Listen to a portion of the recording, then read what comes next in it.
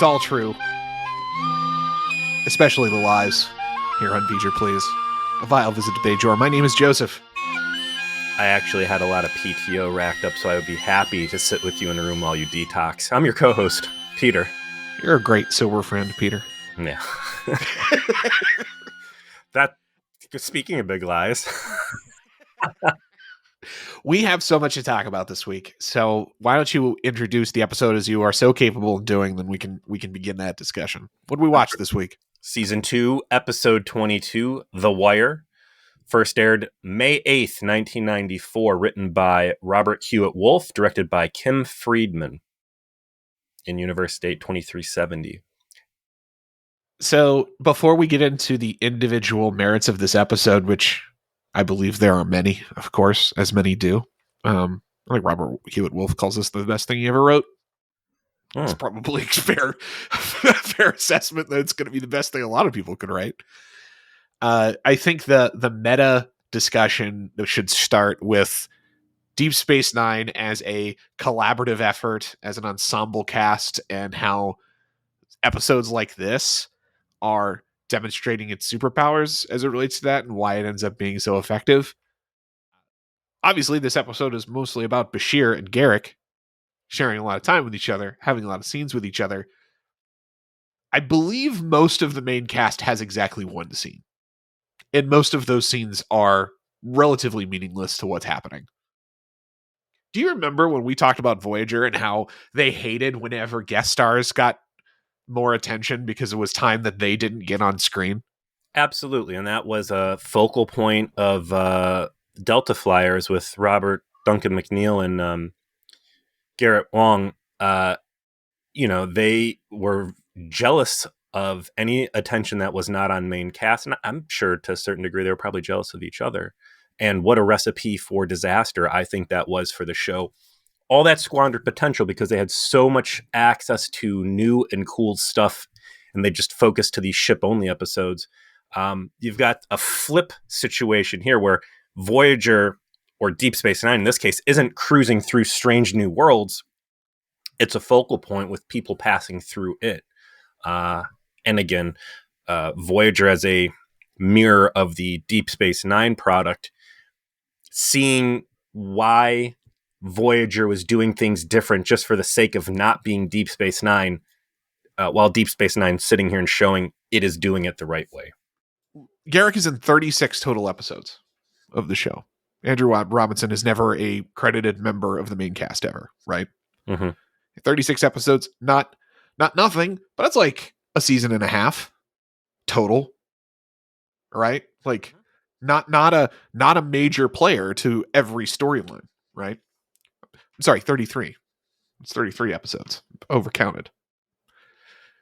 If you are going to do a show like this where you're going to have a major dramatic entry taken over by basically one of your more tertiary side characters that has gone underused, and a guy who shows up for at max 33 episodes for the entire fucking run of your 7 seasons, you've got to be okay with that, so that you're not giving heat to the producers such they don't feel like they can do this, right? And I would be very curious to know if there's information out there about the actors talking about this. Like I'm sure at some point that this may have come up at some convention or in a documentary somewhere, if it's in the Deep Space Nine documentary or something like that. And Avery Brooks, he's a real guy. He's been in real television shows before he was in this. We never really talked about that because it was stuff that was before our time, kind of out of our demo. And like with when we were watching Enterprise, everyone had seen Quantum Leap. Right. Mm-hmm. So there was a lot of Scott Bakula as an established actor conversation we had. Avery Brooks is the same way. He just came from an era that kind of predated us as it relates to pop culture. So we don't really know his work. Yep.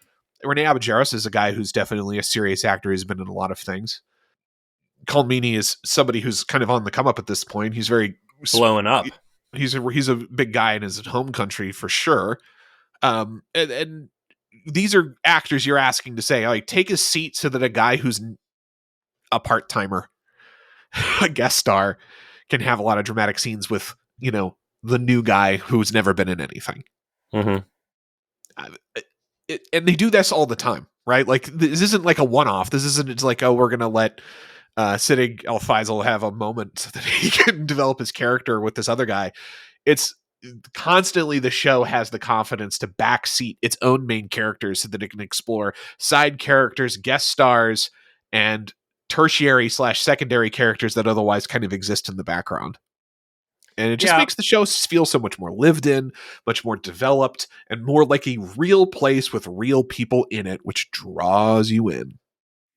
this is also a culture that they've established right off the bat, right? Like, you didn't give them a chance to say, hey, this is TNG and we're going to zoom in on just these three characters and they have to be in every scene with a combination of the rest of you guys. Like, right off the bat, season 1 felt very much like the Kira Nerys show. And your main, arguably your hero character, Cisco, was really in a back seat for a lot of those episodes. So when this is what you are grooming your audience to expect, and more importantly, I think your cast members to expect, you can do stuff like this with less pushback versus something like Voyager, where it becomes a real exception and sticks out like a splinter in the thumb when you are trying to convince people, hey, we're going to do 1159 or something where it's really guest star focused. So I think there's a lot we want to talk about as it relates to meta within the episode itself, but we'll let that conversation take place as we go through the episode itself. And when we get to the teaser itself is already laden with excellent hints. And it starts with Garak and Julian Bashir going to have lunch, as we find out they do every single week, once a week. And they're having a conversation about literature, specifically Cardassian literature that Garak has been trying to get Julian to read. And through this, you already get to know something about Garak. First, he is a true blue Cardassian supremacist as it relates to art, science, literature, and culture. He loves his people. And he very much identifies with a story about generational sacrifice to the Cardassian state. This epic novel about multi-generational service. That would be Never-Ending Sacrifice. Please use the proper titles. And the fact he is unironically effusive in his praise of the story that it's telling is either him trying to communicate to Julian, this about himself, or it just merely is part of himself. But either way, it sets the table for what is ultimately a story about this man who has lived a life of deception as a spy, and you as the viewer of the episode attempting to understand what's true. And this is the most true thing that happens in the episode right here. This is him honestly saying, like, I love Cardassia. I love my people and I love my culture, and I very much believe in the message of this book. The only true thing I can tell you through all this is my 5-star rating on this book. Right. Like, but that communicates a lot. Like, as we go through the rest of the story and we go through Garak's description of his tale and the different versions of it that he tells, there's obviously layers of truth that are interwoven with lies, as with everything, right? The man speaks in italics. We said that this season, I think, when in the Cardassians episode with the orphan. Yet this is the spot where it's like not really in italics. He's actually being quite honest. And Bashir is treating it with like, I don't, I'm from the Federation. I don't really believe in total self-sacrifice to the state. It's not how we roll. Even the fact that they're standing in a line to get food, I think is excellent, as we, again, do slice of life stuff with Deep Space Nine. Like, oh yeah, they're at the Replimat and there is a line to get into the Replimat. In the comparison of that to the post-scarcity society of the Federation, and then this is life over there of being forced to wait to eat. I like that, as they're like, Garak's complaining like, this fucking sucks, like, why is this line so long? It's offered like, we could go to Quark's, which, we've talked about, like, what's the difference between Quark's as a bar restaurant and the Replimat. I like that neither of them are like, hey, we could go back to your quarters and we could just use the magic food box on the wall there. Like, this is a social experience, and Yeah. One, if not both of them, do not want to be left alone in a room with the other for fear of what would happen. And judging by the explosion of violence later on, I guess I can understand why. But yeah, Bashir's primary criticism of the never-ending sacrifice is that it's repetitive. It's the same story through multiple generations, and like Garak finds that extremely fulfilling.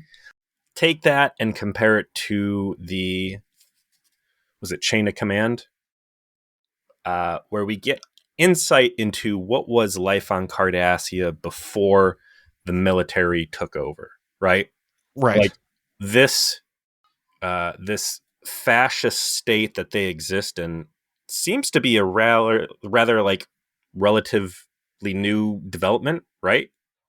Maybe like over the course of the whole of Cardassian civilization, but in terms of scale, I would say it's still centuries, right? Which is Really think it's it, centuries.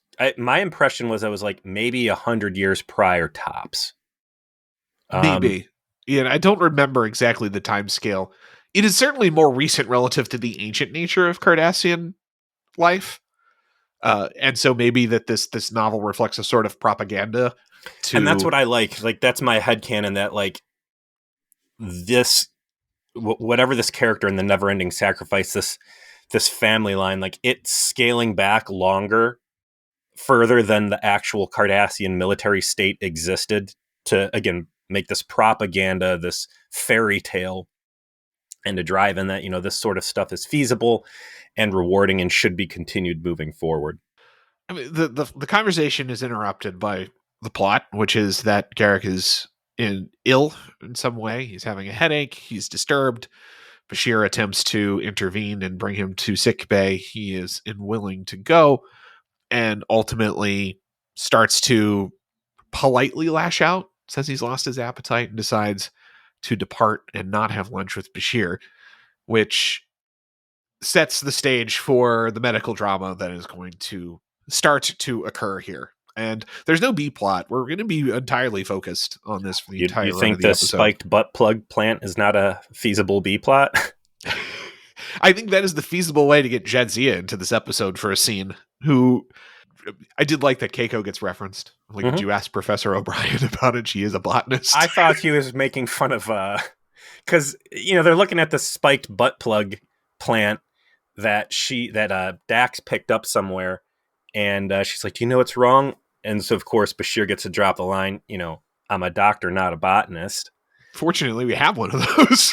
Well, you know, it's like she's trying to misuse his position in the station for something it's not. So when she references Professor O'Brien, I thought that was a shitty nickname for Miles. Like, well, gee, why don't you ask the fucking janitor if he knows what's wrong with this? Like, if we're, you know, using people out of context here, and then it's like, oh wait, that's right, he is married to a professional. Oh, okay, yeah.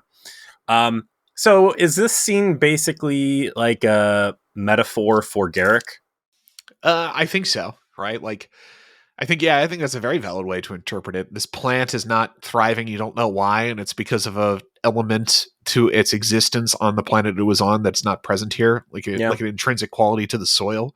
It can't just thrive in another place because all of the it's conditions too aren't right. alien. Yeah, and that's very much related to how Garrick himself explains his circumstances later on. How do you So take this episode that's so full of rich content? Because there's no part of this that I can really say, hey, you know, I would have liked to have more of X or Y. Like, you know, yeah, the pen ain't coming out today. I don't know what to say. Like, I can't improve on this. if only they had another 4 minutes to flesh something out. Like, that the guy looked at his script and said, I've got too much space and not enough content. Let me write a companion scene about a fucking plant with Jadzia that is somehow going to be relevant to this and not stick out like a bad part. Yeah, and well, it makes sense because we haven't established more than friendship between the two of them. And if anyone is going to be the character that Julian is going to confide his anxiety over Garrick's health to, it's going to be Jedzia. You got to build that in.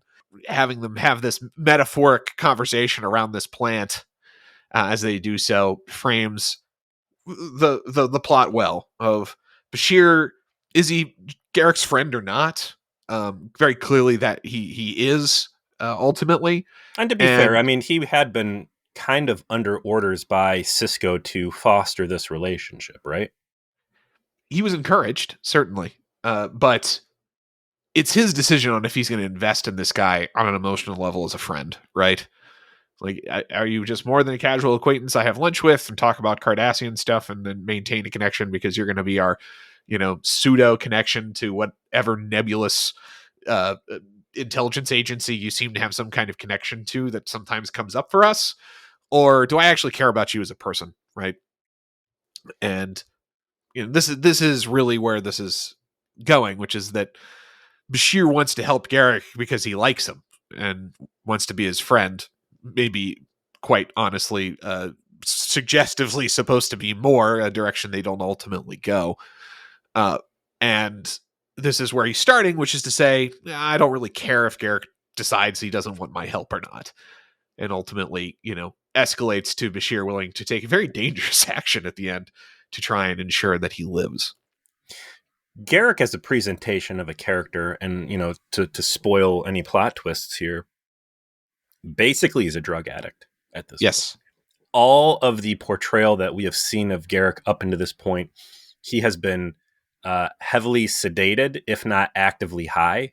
And I think that was a cool way to take a lot of his like over the top optimism and enthusiasm as he has approached other people on the station, especially while engaging in sabotage and espionage, was really cool. And I was, I guess, surprised to see that by the end, when they like reconnect and he is ostensibly, cut off from this endorphin source that he's been abusing, right? Like his attitude and his personality is still very similar. And I'll be curious moving forward if his portrayal fundamentally shifts to being a little less like over the top optimistic, but it didn't really seem that way in his conclusion scene. But yeah, like everything we've seen of him has been artificially sweetened. And as this thing is malfunctioning, and especially now that he's under duress with like real pain going on, right? Like his lashing out at Julian, like, is that him under duress and being snippy because he's hurting? Is that the real Garak bleeding through that's not drugged? Like, fun lenses to look at the portrayal. The next scene is with Quark, who is once again expertly used in this episode. Garak has gone to Quark for something. Bashir observes this remotely. He attempts to confront Quark out of curiosity. Quark, I do love the subtlety here. He physically rotates him so he's looking up at the hollow suites while he tries to basically bribe him with a late night fuck session and stop asking questions. Mm-hmm. It's just perfect. Maybe that's part of it. I took that as Quark knowing that he can run the Federation out by getting nasty. And Yeah, like as soon as things start reaching a point where he is uncomfortable, all you got to start doing is like talking about dick and murder, and the faint-hearted Federation will usually vacate because they can't hang with dirty talk. It obviously leaves the distinct impression, of course, that Quark is acquiring something on Garak's behalf related to his discomfort, and this escalates later on. There's like the brief moment Cisco shows up and the brief moment O'Brien shows up in sick bay when he's trying to access old Cardassian medical files. They're too broken for access for a matter of weeks. Which, by the way, I will tell you, someone who destroys medical data for a living, very sloppy HIPAA handling of medical files by the Cardassian military apparatus, that with 2 weeks of time, you can recover these purged medical files from the system's records. Like, I would think of all the stuff that they would make sure really got burned out. Like, I guess maybe that's a reflection too on Cardassia, that like the military secrets, completely unrecoverable. Ironclad. Yeah. Your cancer diagnosis, I don't care that much. You got HP. What was that? Was the Kess Harry Kim HPV? It intentionally infected him with space hep. They don't care about that. That can be out there. No one gives a shit. But you're a clone from a fucking Dimension Z? Whatever. They can find that in your file. Who cares? all of this to lead to Quark asking Bashir to come to his bar because Garak has shown up and has started drinking himself silly on Kanar, and ultimately, while drunk, still collapses in some kind of incredible pain. And that's when we finally start to understand what's going on, because he beams him to sickbay with him, and scans indicate that he has some kind of deep brain implant that is rooted all in his cerebral cortex, and it has got to be the proximal cause for whatever it is going on right now. Working theory is it's some sort of torture device. That it's He brings integrated. Odo in, I think, very cleverly to say, like, you worked for the Cardassians for 5 years, I don't know what the fuck that is. And he's like, no, no idea. Definitely did not care about this. It's very real. Like, nope. I don't have any fucking idea, man. The wire relates to the device that's in Garak's brain. The title, The Wire, refers to the thin edge that Garak seems to morally walk along in his service to Cardassia, as well as whatever conflicted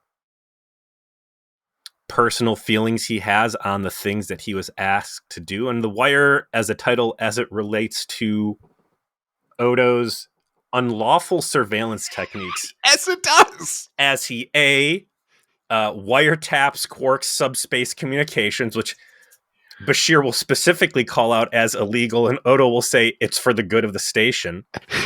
The Wire as a hidden closed-circuit television fucking needle cam that he's got pointed at Quark's shitty little behind-the-bar terminal, which we have specifically called out, like, instead of Quark having a back office with a computer, like, he does all of his dirt on basically the point-of-sale terminal for the bar, where he's running everybody's credit cards, which awful. And this is a good continuation of Odo's not happy with the constraints put on him by the Federation, which he really lashed out during the Maquis, part 1, right after Gul Dukat gets abducted. And he's like, I want Cardassian levels of surveillance on this station. I want an army of deputies underneath me. I want illegal wiretaps. And apparently he's just doing that stuff.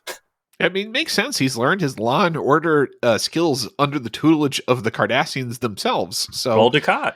Why would his tactics be any different? His orientation might be more aligned with the Federation ideals of the actual guilty get punished, but it doesn't mean he has any sense or care about the methods, because he learned methods from the most brutal people imaginable. So what if you were a Nazi, but you played on the good team? You would be like Odo. Mm-hmm. In any case, Julian does not argue and decides to join him in his illegal wiretap at 2:00 in the morning and observe Quark having a conversation with some mid-level Cardassian functionary that used to get drunk in his bar and hit on one of his Dabo girls. Mm-hmm. Very nice flavor there, like the little sort of buddy relationship they have. And Quark, you get to see Quark make a dirty deal. And Quark is trying to get I don't know what this is. I have the requisition code. It's a piece of biotech. Can you get it for me? I can get you paid a lot if you do it. The guy's like, no problem. Let me look it up. Let me just look it up, see what it is, see if I can get it. He like looks it up, and then his screen flashes red. And you're like, I have done a super illegal thing, and even knowing what this code is to try and look it up, I am completely fucked. Fuck you, Quark. I'm out. Dude, you got me looking at CP. I'm busted now. Chris Hansen's coming.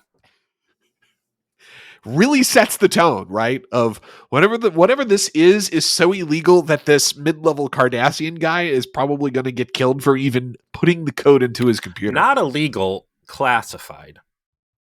Because they're stumbling onto Obsidian Order technology. Is this the first time we hear Obsidian Order? This is the first time it's actually mentioned in the chronology of Star Trek. You and I have some cheat codes because we have had to talk about the Obsidian Order because we did Voyager first, and Voyager has Seska. Thank God. Yes. And a true oasis in a desert of bland characters and bad plots.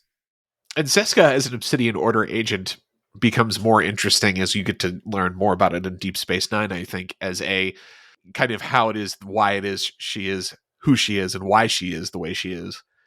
But nevertheless, you and I are not surprised to hear about the existence of the Cardassian secret police / CIA. And evidently, whatever this piece of technology is has to be linked to it. If it's in Garak's head, then clearly Garak either is or was a member of said Obsidian Order. A easy conclusion to draw. Very straightforward. We know that this guy, up to this point, has connections still to a larger organization that he is actively reporting to. And the last time when he killed the gull in the cargo bay, it's indicated that his allegiances are still to Cardassia and that he is not reporting to a third party. And while it's not the military, it is, or I'm sorry, Central Command, it is some other intelligence division. And that he has been placed on Deep Space Nine out of exile from Cardassia. I don't know if I'm assuming he's posted there, right? Like that he wouldn't just move away to someplace more hospitable. Because that's a cool thing too, is like when he starts talking about the past 2 years have been shitty since the Cardassians pulled out, like you look at Tarek Noor, Necessary Evil episode, right? That was a flashback. Yeah. It looked way different than the Federation had it. The lights being dim, that wasn't to make it creepy and depressing. It's because Cardassians don't like bright lights. It was it looking like it was a sweltering hellhole isn't because it was just the affectation of making it miserable. It's because Cardassians are kind of have that semi-reptilian sense of liking it warm. Mm-hmm. So yeah, and now you visually see the differences. You visually can comprehend his subtle every moment discomfort. A perfect type of Chinese water torture type of circumstance. It's too cold. It's too bright. I'm not happy. And he's clearly not posted there so much as he has been punished by being forced to be there. And that's very clear. No, I mean, I think it's a posting, right? Like he has been ordered. He can't go back to Cardassia. There's no, hey, your shift's over and you can come back. Also, I think the Obsidian Order, which he is, are we correct in assuming he is still part of the Obsidian Order? I think that the episode makes it very clear he was fired, and that's why he's stuck there by Enabran Tain. I mean, I think the episode makes it very clear that he is not there because he wants to be there. He is not under the direct employ of anybody. My takeaway from this is that he is punished by being there, that military service is not something you ever get to leave in Cardassia, that once you are, that all members of the male Cardassian cast are riflemen, essentially, that he has failed. He is being punished with a ship posting, and that he will continue to report and he will be miserable for the rest of his life. My impression was always, I mean, and to be honest, I think it's a valid interpretation on your part to a degree. I think that I have, the benefit of all the other episodes, but I'm not really necessarily saying that you're completely wrong in your assessment, even with that knowledge. It seems to me more that he retains all of the connections and understanding and power and possibilities that his former life gave him, and he desperately wants to return home. He wants to earn his way back out of exile, but he's a burnt CIA operative. He's been burn noticed, and now he's got to try to fight his way back into the system because he has been cast out of it for reasons. And that's the fun part, right? Like from this point forward, when Bashir goes to Garak's quarters, we get the first of essentially 3 different stories that he tells. And all of them somewhat contradict each other and then somewhat don't, and tell different kinds of stories of if he is a savagely effective man who decided to be too savagely effective and ruined his career, a emotional, good-hearted person at his core who couldn't bring himself to kill children and therefore lost his career, or a savage political operator who tried to blame his best friend for his faults only to be caught by said best friend who had already double-crossed him. And of course, my take is that all 3 of those stories are true. Just like his iconic line at the end. Everything was true. Even the lies, especially the lies. because this is how he talks, right? He's trying to tell a story about himself that still, uses obfuscation and lies, but is itself still truthful. Like Garak is absolutely the kind of person that probably would have shot down a transport full of Cardassians because they were dangerous criminals or people that needed to be killed aboard. And he was an Obsidian Order agent, and he did that.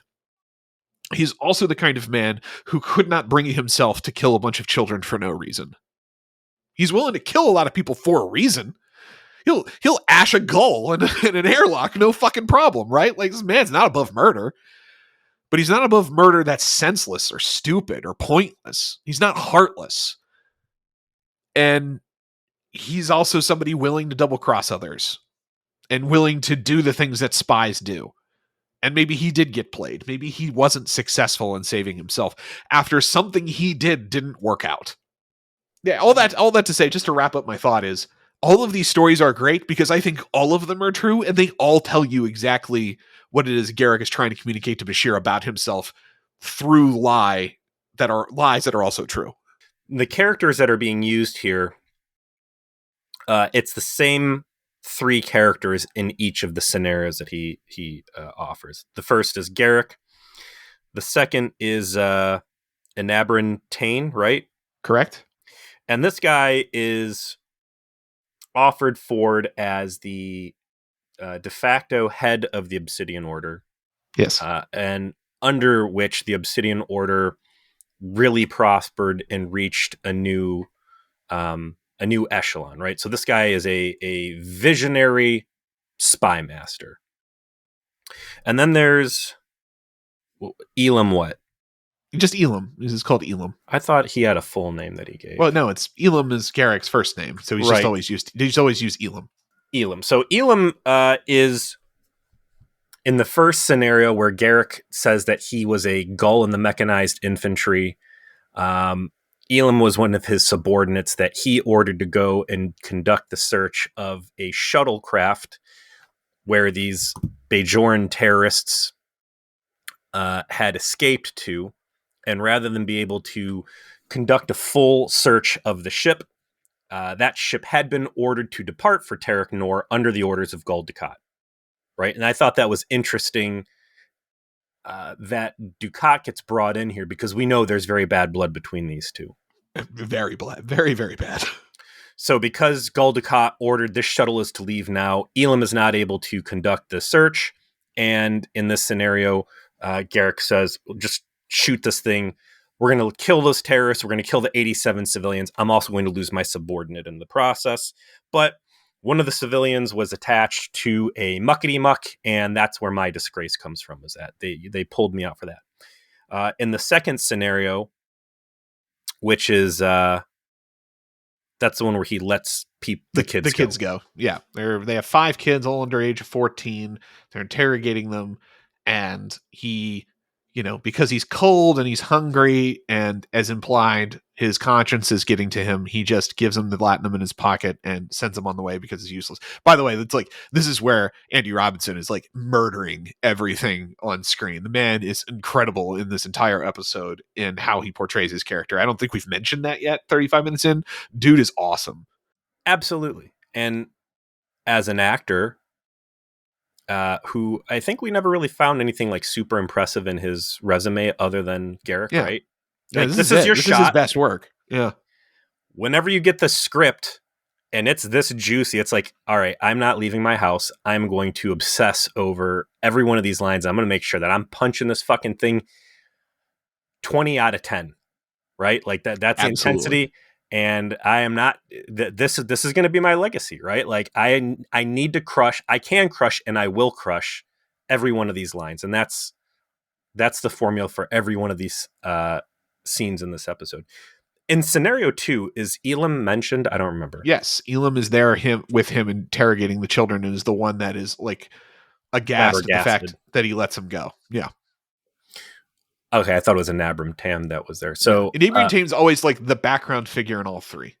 So this guy watches as they run off, and then scenario 3, what was the problem? It was them letting people go. There was a scandal because some prisoners escaped, which is both the story in part 1 and part 2. Again, like, it's all true, especially the lies. And he is attempting to frame Elam for this so that he doesn't get blamed. And he's unsuccessful because Elam has already betrayed him. And by the end, we find out that, again, Elam is his first name. In all of these scenarios, this counterpoint to Garak, or this other character, is in fact a part of Garak. Correct. That always seems to be either at odds or somehow victimized by his actions. And that this is a guy who is essentially at odds with himself, because I think they're trying to say that somewhere deep down inside, he is at odds with his people, right? The scene 1 is him trying to establish himself as I am ride or die for Cardassia, and that I fully buy all of the propaganda. I love the never-ending sacrifice, and I believe that this is the only true way. And in each of these scenarios where he talks about what his downfall is, it always comes down to self-ruin. And it always has Garak's actions contrasted by Elam's actions. Elam, who is willing to self-sacrifice and go on to a transport and die for the cause. Elam, who was willing to torture children and send them off to a firing squad when they're done. Elam, who was willing to mercilessly throw his friend Garak, his childhood friend Garak, under the bus without any hesitation, and gets to the punchline first. Like, there is Cardassian duty and there is whatever humanity Garak seems to have. Correct. And the stories are all framed around the idea that Garak is in exile because he made some decision, whatever it was, that ultimately imperiled himself because he listened to his conscience rather than his professed ethics about service to the state. Well, except maybe the first scenario where he was willing to kill all the civilians. So sometimes he's a good guy, sometimes he's the bad guy. That first story is more him it's him subconsciously trying to die by driving Bashir away from him because he feels like he deserves it. And that's what the purpose of that story is, because he has committed terrible acts, no doubt, on behalf of Cardassian. It's trying to communicate to Bashir, to try and prevent him from trying to save his life. Because ultimately, what's interesting is that Garak wants to live. In the third story, he purposefully hears the conversation that Bashir has with the nurse about his condition, interrupts it to tell Bashir a story that tells him exactly where Enabran Tain is. Right? Like, he's at this colony. And he trusts Bashir to interpret what he is saying, which is just, I am telling you the story because I want you to forgive me. I am implicitly asking you for forgiveness for the fact I just attacked you. And in the hopes that then you, again, we're speaking in italics because you're Garak, is going to interpret me telling you where this guy is and the desire of me to be forgiven by you, that you'll go and save my life, please. Because he can't bring himself to say it, but he can bring himself to put all of the pieces in front of Bashir so that perhaps he will do it anyway, which of course he does. Speaking of Bashir, which we have not talked about yet, talking about another guy who rises to the occasion in this. You and I have definitely not been kind to Dr. Bashir as portrayed so far. He's definitely the last dog of the bull recently over the course of the first 2 seasons as it relates to characterization, time on screen, someone you care about. And I feel like this is the first time where you're like, this guy kind of rules. Like, this guy's got balls. He's willing to do things. He's good at being a doctor, and he's got good acting chops on top of that Siddiqui Faisal can actually hang in a scene with Andy Robinson when he's punching a 20 over 10. I think that's most portrayed, obviously, in their second conversation, when after the implant has been turned off and all of the endorphins aren't rushing to his brain anymore, and he's as in his chaotic, angry mode. And he just stands there and absorbs all of these insults and all this information and is still trying to get through to him to say, like, I'm trying to save your life. You don't deserve to die. And he cements his own friendship with Garak through these circumstances that he endures with him. Listen, that's Bashir's MO, right? I mean, he just went through this with O'Brien. Was it Armageddon game? Yeah. Right? Like, this dude is well trained in being a punching bag. But in like, Armageddon game, it was kind of annoying because he just seemed so priggish and elitist, and I didn't like that episode, I think, as much as others people do. In this, he's much more centered and present, both on his like professional obligations as well as on a personal level with Garak. Now, again, is this because their intentions were to make them a romantic couple, and therefore they were, trying to separate what his relationship is with him versus O'Brien? I see that now more than I did maybe when I first watched this stuff years ago. Mm-hmm.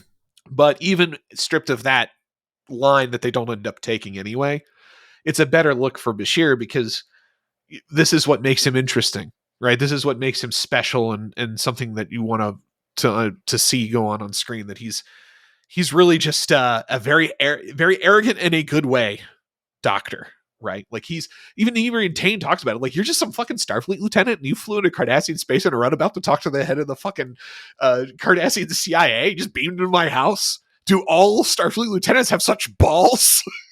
I've decided I need to cut the spiked butt plug plant episode or scene, because the scene I needed to use that 4 minutes with was Bashir knocking on Sisko's door late at night saying, "I need a runabout."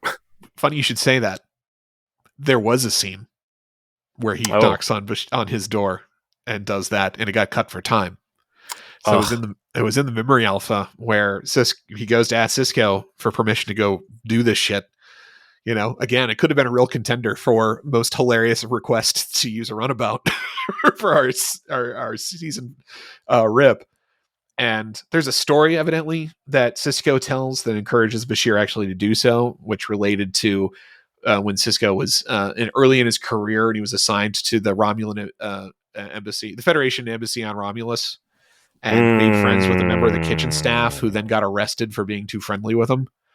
And that he was willing to go to like the offices of the Tal Shiar to be like, you need to let his ass go. Seriously, he doesn't know anything. And Curzon talked him out of it, and he resented that. And it's like, you should go do the right thing here. Don't do what I did. Next Gen Season 1, the Romulans were an established commodity. There would have been an embassy on Romulus. I'm not sure how it fits exactly in continuity. Clearly, the TOS era is where the Romulans are now known. They physically know who they are. You've seen them. So the TNG era, I think there's an implication that no one's seen them in a while. There's been a real darkness in the communication. I don't remember exactly if the like time scale of that was years or decades. I wonder if that's why they cut that scene, because there could have been questions on that. But because that seems like a really powerful Sisko moment. Like, yeah, and it would have really like actually helped him as a guiding force, as the commander that advises Bashir that, I'm not actually going to stop you from doing this. I'm going to encourage you to do it because your impulses are right. So maybe they did cut it because it didn't make sense in continuity. And so you had the butt plug scene instead, which wasn't bad. Still a good scene. You want to talk about Enabran Tain? Yeah. Yeah. I'm glad we now exist in the universe, Peter, where you can see a really cool character like this and you don't have to wonder if he shows up again. Right? Like you can now rest assured when you see something like an Enabran Tain, like, I'm pretty sure this guy's gonna be back someday. Like, this guy seems awesome. I think we're gonna get to know this dude. I love the Cardassian gentleman sadist. Right? Yeah, right. We got with Picard in his interrogation. This guy, another just very gentleman motherfucker. And he presents himself with such an effortlessly high level of power that you have no doubts as to what's happening, right? He is so confident, and in the way that he's able to demonstrate his power, in that the entire Cardassian military let this doofus roll into his crib with zero like hassle, and you let him beam into his house and there was no one there. Just let him wander around for a second before he just shows up. It just almost got a chance to poke around at his computer. Which, real quick side note, the terrible UI of Cardassian computers on Deep Space Nine and just in general and the amount of relatively small screen real estate compared to the fucking panel. Like, Cardassian bezels are one of the top 3 criminals, I think, in Deep Space Nine. It's terrible. I can't take it. Them having these video conferences on video panels that are the size of your palm when it's a computer that is the size of a wall. It's just infuriating, and I think lends itself to what motherfuckers the Cardassians really are. Like, just terrible ergonomics, terrible UI. I mean, even their station is not ADA compliant, as we learned in Melora. Fuck ADA. It's sharp and pointy, and it wants to hurt you. And these bezels, they want to hurt your eyes. They can't give you a big picture to look at. And it does like convey, as usual, the sense that Cardassia is not as technologically advanced as the Federation, right? Which is a pretty constant theme, actually. It's part of the reason why Cardassia had to pursue a peace treaty that they desperately don't want to break with the Federation. They are not as powerful as them. And for them to have to exist in this Cardassian space station with all of this inferior technology that you hired the fucking Enterprise murder garbage man to operate, because who else knows how except the guy who has to used to hotwire the shit in between blowing Cardies away with his phaser. It adds to the texture of the show in a way that I think is admirable. But so Elam, no. So Enabran Tain like shows up. He knows, oh yeah, Julian, I know your whole name. I know how you like your fucking tea. Like, I know everything about you, right? There's no secrets. I know that Garak's all fucked up. Yeah. I got my eyes on everything. Dying. I'm not actively like swearing or cursing his name. Like, I'm speaking of him very fondly. Yeah, compliments him. Yeah, you know, that was always the thing about Garak. It's what made him special. You didn't have to order him to do these things. The guy was willing to do what was necessary without you telling him it was necessary. Like, this guy was a prodigy, right? And at this point, Bashir's 3 stories in, and the final presentation was that Garak and Elam were like sons to Enabran Tain, and that he, you know, they referred to him as like, you know, the sons of the dark sons of Tain, and that they both had very bright futures, and you know, again, one betraying the other was an unfortunate thing. So it's clear that Garak, through his hero worship, it's more that this is a father figure to him, because when he says like, this wire in my head, like, this is a badge of honor. This was offered to me by the head of the Obsidian Order itself. I fully believe that Garak was on the fast track to being the replacement for Tain. And as we see Tain here in his quote unquote retirement, like, it's clear this guy was looking to get off, get behind, or from, you know, leave his position behind the desk as the guy in charge. So yeah, if you were someone who was being groomed to take over the Obsidian Order, and now you're stuck, I believe, in a shit posting on a shit station that has actively become a detriment to your physical comfort. Like, yeah, this guy has really fallen as far as you can in a military society. And the fact that Garak retains the juice that he does definitely belies that he had this level of power, even if it was quiet and not well known publicly. And because he's been able to do clandestine work on behalf of the Cardassians there, which is conveyed as something that he retains the capacity to do on a personal level, which I think adds to your argument that maybe his exile isn't like completely like a dismemberment from society. And maybe even like that Tain clearly has an interest in continuing him to be there. Absolutely.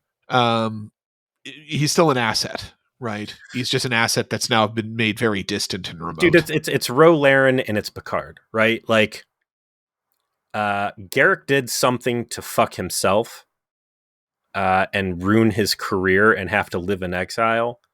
And in doing so, he has dragged this Elam Enabran Tain's guy through the mud as well.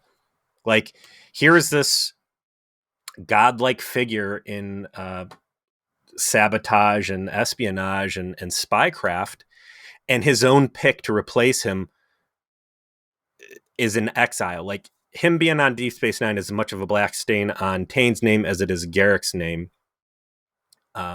So yeah, like I want this guy to suffer. He made me look bad. He fucked up my plans. He personally disappointed me. Like all that toxic buildup that we see out of Picard, especially in season 3 towards Rolaren, right?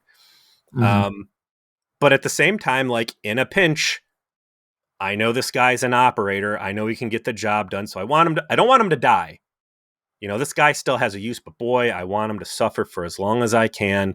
And on the off chance he can do good work here and there, he's obligated to do so for the good of the military state. But he is not deserving of coming home to a hero's welcome or ever having the splendor of Cardassia under his feet again. Like it I all will makes take perfect. away from Garak the one thing he loves the most. Mm-hmm. The thing that we established in the very first episode, Cardassia itself. He loves that. Can't have it. He can't have it until I've decided he can have it again. And he loves it so much that he will not shirk his duty, and he will continue to deal with this shit posting, this punishment posting out of obligation and loyalty. Bashir seems to kind of accept his role in all of this, and that he's going to get what he needs to preserve Garak's life, because Garak sent him, right? Garak wants to live. As much as Tain talks about how, oh, if you were his friend, you'd let him die, because this is a fate worse than death for him. Garak doesn't want to die. If Garak wanted to die, it wouldn't have told him where you could find Enabran Tain to get the shit you need to save my life, right? So there's a mutual understanding, at least at a 40,000 foot level, of this is a conversation about if you're going to be willing to help me save his life or not. And Tain doesn't hesitate. Like Tain's like, I will absolutely send to the station everything you need to save his life, right? Nothing is asked for in return. I'm merely going to give it to you because that's what I want to have happen. I was almost expecting Tain to be like, because, Tain's like, oh, yeah, information's great. I love information. I'm sure you could tell me all sorts of stuff. And then Bashir's like, I'll tell you about tennis and fucking, Biology, chemistry, biology, medicine, whatever. tennis. No, He's I like, want to never hear mind. about the ballerina you were sleeping with. No, that's a bridge too far. I was expecting Tain to be like, yeah, maybe one day you can do me a favor, but that never really happens. And like you said, it's because Tain wants him to live as well. So right, and I think the indication from that little exchange is that there's nothing that Bashir can really offer Tain. Tain has all the information. He already knows everything about Bashir. He knows what Bashir knows about things. So, I mean, what are you going to do, right? What are you going to barter here? You're either going to I help me or need you you're to not. throw the next racquetball match with Miles O'Brien. I got a lot of Latinum on that one. You need to let him. You need to let him win. Like fix his shoulder and then send him in. I am also a degenerate gambler, and I am. Did you hear about his shoulder? Like that Dax brought up fucking his rotator cuff again? No. Like the recurring the one of the recurring characters of Deep Space Nine, the fact that O'Brien's shoulder's just permanently fucked up still from when he was on TNG and now. I thought we said that his rotator got fucked up during Ops of Rage. It did, but it was originally something from TNG. Like he was like kayaking or something in the holodeck. Remember, he was in sick bay. So this is Crusher's fault. This is a recurring character. Is his fucked up shoulder? Crusher's inability to fix the problem the first time. It's all the Cardassian killing arm. It's like it just got overworked. So, but clearly, Bashir, gets the last piece of information, which of course is that Elam Garak is Garak's name, and then departs back to the station. And when we cut back to the action, evidently everything was successful. Garak is now whole. His drug apparatus has been turned off, and as you said, he's high on life now. Yeah, he's high on life. How do you feel about their decision to continue his overly optimist portrayal, even though he is no longer high? Because had he been like darker and a little more sour moving forward, like that would have been a great like retcon. I feel like his attitude remaining the same makes sense if you think that, as I know is the case, that Garak is buoyed by the fact that Enabran Tain decided to save his life. Buoyed. Like he is refreshed at the fact optimistic that the man that sent him there has decided that he should live. Because it was his decision. He said that he was going to do it.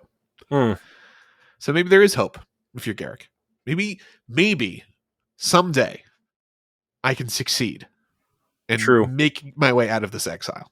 If my life, which I wished to have preserved, was preserved by the only man capable of preserving it. I like it.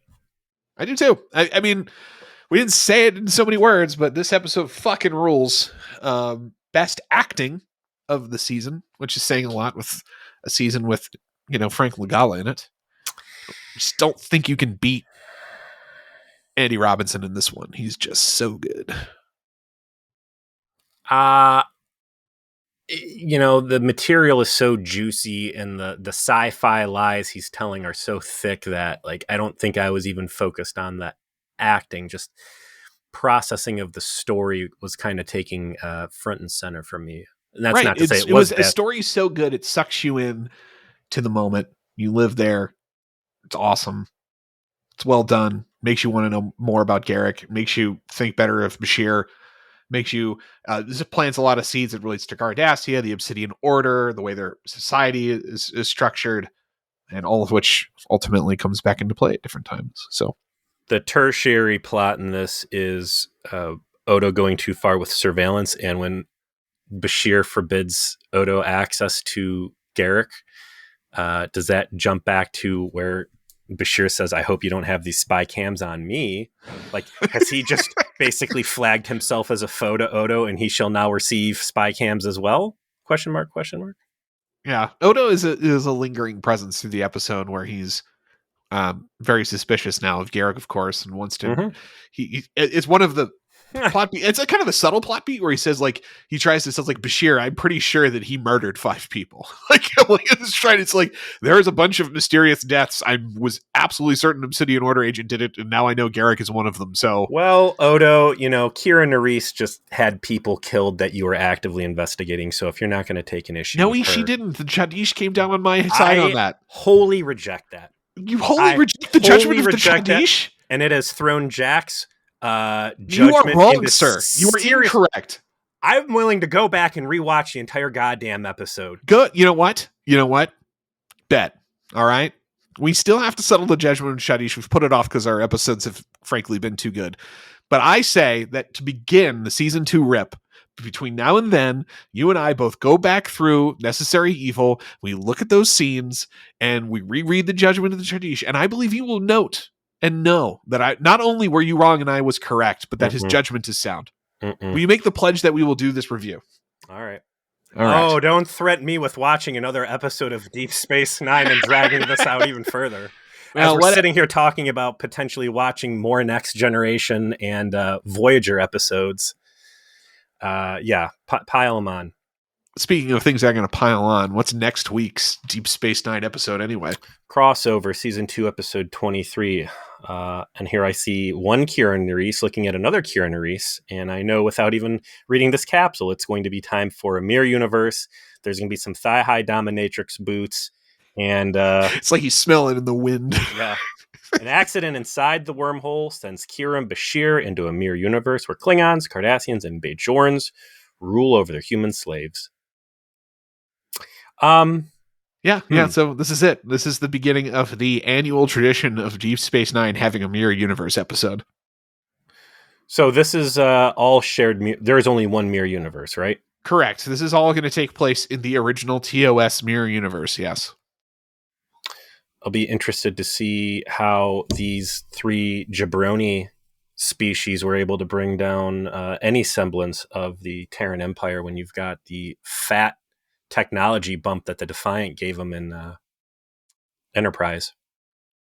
They'll talk about it. So strap yourself in. Get your thigh-high boots ready. I don't know. There's some things that I just can't hide from you, Peter. And let's just say you've been right about that the whole time. You'll all get to... When the writer's thinly veiled fetish mirrors one's own, hey, the writing's on the wall. You got the soul read. It's good. And you guys can all enjoy the soul read of us watching it together next week. See you then.